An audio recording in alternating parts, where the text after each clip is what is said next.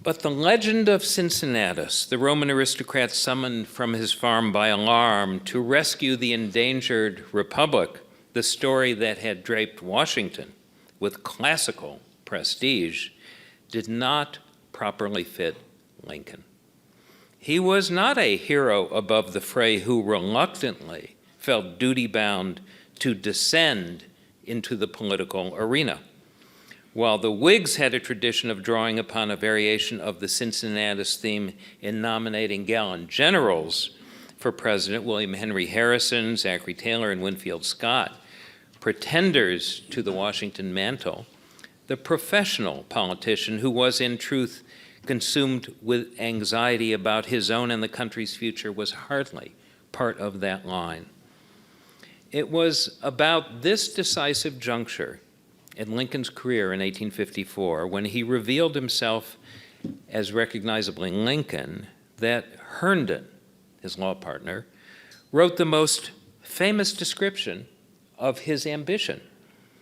That man who thinks Lincoln calmly sat down and gathered his robes about him, waiting for the people to call him, has a very erroneous knowledge of Lincoln.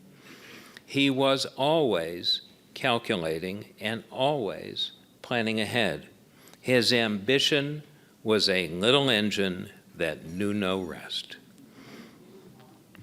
Time was not standing still, waiting for Lincoln to make his emergence. It was accelerating all along. Time may have been indifferent to him, but he was not indifferent to the time.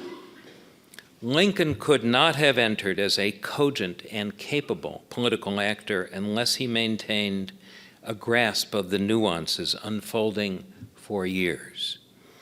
During that interregnum, between when he left the Congress and spoke against the Kansas-Nebraska Act, there was little he could do to advance the Whig Party, which collapsed under the strains of both false peace and harsh conflict.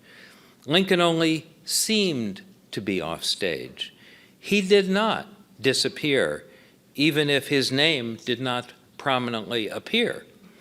Even while ambling on his horse, Old Bob, from county courthouse to courthouse in the 8th Judicial Circuit of Illinois, he was constantly attending to what was happening beyond it.